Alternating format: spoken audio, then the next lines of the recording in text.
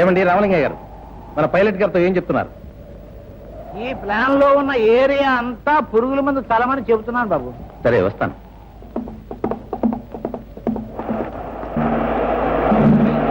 G బాబు.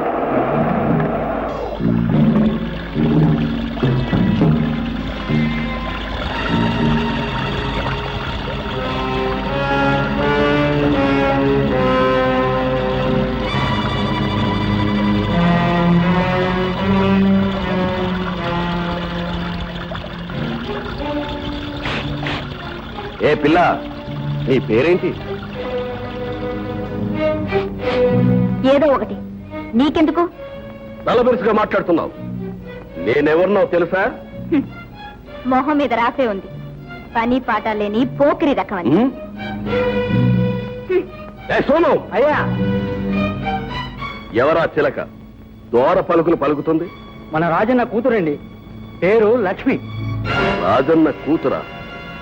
వాని సాయంకాలం వచ్చి కలుసుకోమని చెప్పు. అలాగేనయ్యా. ఇవేంద్రా? 18 అండి. అవే 20 అండి. 20 కదండ్రా. ఎక్కడికి వెళ్తున్నావు? నేను పట్నం వెళుతున్నా. పట్నం ఎందుకు? ఏదైనా బేరం తగిలిందా? బేరం సారం తప్పితే నీ బుర్రలోకి ఇంకేం రాదా? పట్నంలో మా అక్క కూతురు పెద్ద మనిషి అయింది. అక్కయ్య రమ్మని మన ఉత్తరం రాసింది, అందుకే వెళుతున్నా. పెద్ద మనిషి అయిందా? వంచటానికి వెళ్తున్నావా? చెడప్పుడు ఆ చిన్నదాన్ని ఇలా తీసుకొస్తావా? సరిగా మా పాదాని పని సరే. పాడు బుద్ధి. అది సరే కాని నాకు సంగీతం ఎప్పుడు నేర్పుతా? నేర్పుతా, నువ్వు ఊరి నుంచి రాగానే నేర్పుతా.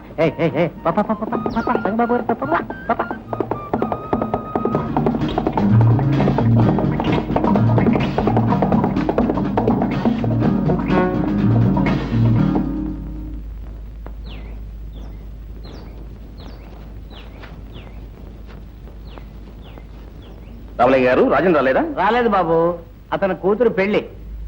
పెళ్ళా? ఎక్కడ? రామ మందిరంలో. నా ఎస్టేట్ లో నాకు తెలియకుండా పెళ్ళా?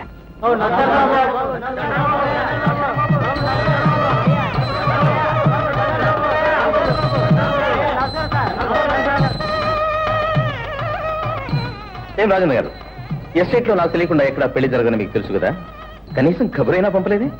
ఏదో అనుకోకుండా హఠాత్తుగా. హఠాత్తుగా చేసిన పెళ్ళైనా ఏర్పాట్లు అవి గొప్పగానే ఉన్నాయి. పెళ్లి సంబంధం కూడా గొప్పదే అనుకుంటాను. Good good good. వీళ్ళెవరు? వాళ్ళందరూ నా స్నేహితులు. నమస్కారం. నమస్కారం. నమస్కారం. ఏంటి సంగతి? అదే ఏం లేదు. లక్ష్మి, నువ్వు చదువుకునే అమ్మాయి, ఎందరో ఫ్రెండ్స్ ఉంటారు. ఎవరు రాలేదా, లేకపోతే నువ్వు పిలవలేదా? చూడు లక్ష్మి, పెళ్లి అనేది జీవితంలో ఒకేసారి జరిగేది. దానికి బంధువులు, మిత్రులు అందరూ వచ్చి ఆశీర్వదించే శుభం కదా. ఓయ్, నువ్వు పెళ్లి చూడటానికి వచ్చావా, లెక్కలు దంచడానికి వచ్చావా? గంగా, ఆయన ఎవరనుకున్నావు? మా ఎస్టేట్ యజమాని. రే బొర్ర, కావాలంటే నువ్వు పెట్టుకోరా దండాలు. వంగి వంగి నేనెందుకు పెడతాను? Ganga. Is exactly correct.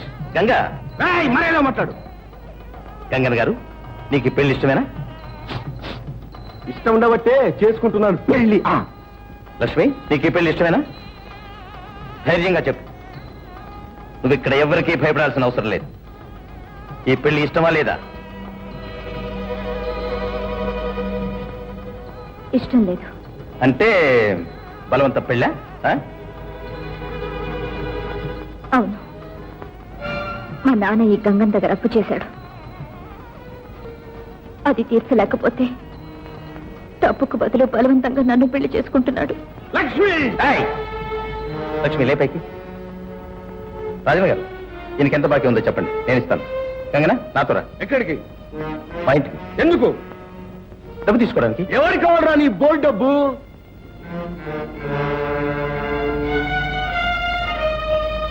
Ganganna గారు, ఆవేశపడితే అన్యాయంగా చెడిపోతారు. మర్యాదగా నా వెంటండి. కమా. ఎవరికి కావాలరా నీ మర్యాద?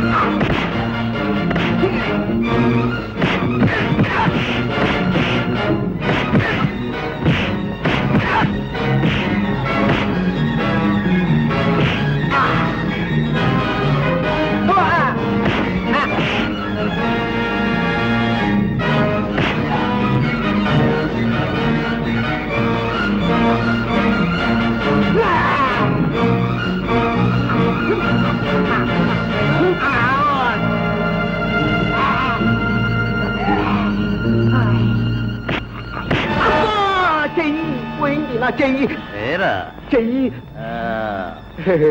ఏరా నీకు మర్యాద కావాలా వద్దు ధనలక్ష్మి కావాలా గృహలక్ష్మి కావాలా?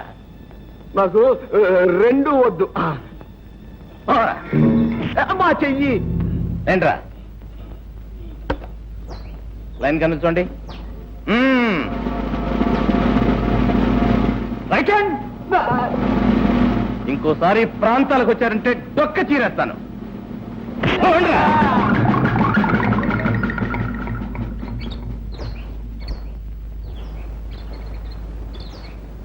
రాజన్ గారు మీరు ధైర్యంగా ఉండండి.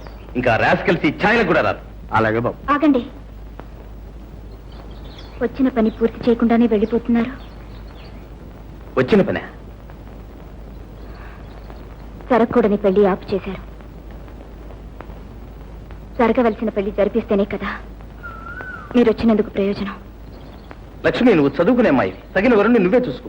నేనే దగ్గరుండి పెళ్లి బ్రహ్మాండంగా జరిపిస్తాను. ఓకే? పీటల మీద పెళ్లి ఆగిపోతే ఆడపిల్లకు మళ్ళీ పెళ్ళవుతుందా? తగిన వరుడు కూడా దొరుకుతాడా? ఈ పరిస్థితిలో నన్ను పెళ్లి చేసుకోవడానికి ఎవరు ముందుకొస్తారు?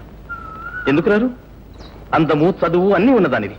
నువ్వు కోరితే ఏ బుద్ధిమంతుడైనా ఒప్పుకుంటాడు. అయితే ఆ బుద్ధిమంతులు మీరే. ఏనా? అవును. సమయానికి దేవుళ్ళ వచ్చి నన్ను ఆ రాక్షసుడి చేతిలో పడకుండా రక్షించారు. ఏ వస్తువు మీదనైనా దాన్ని రక్షించిన వాళ్ళకే హక్కు ఉంటుంది కదా.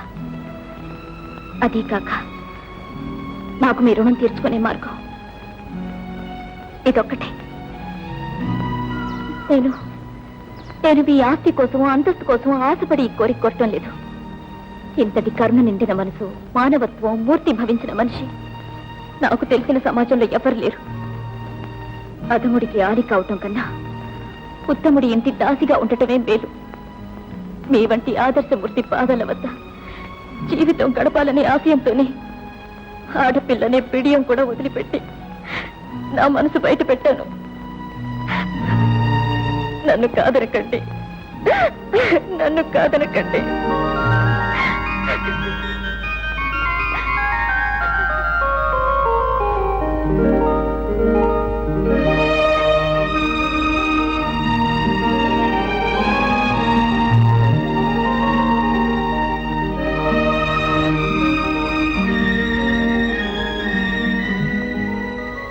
లక్ష్మి, అమ్మ పరిస్థితి అర్థమైంది కదా?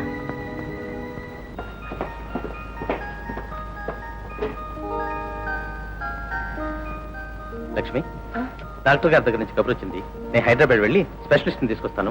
నువ్వు అమ్మని జాగ్రత్తగా చూసుకో. ఆ సంగతి నాకు వేరే చెప్పాలా? అది నా బాధ్యత. అది సరే గాని మీరు వచ్చేటప్పుడు మీ చెల్లాన్ని కూడా తీసుకురండి. ఓకే.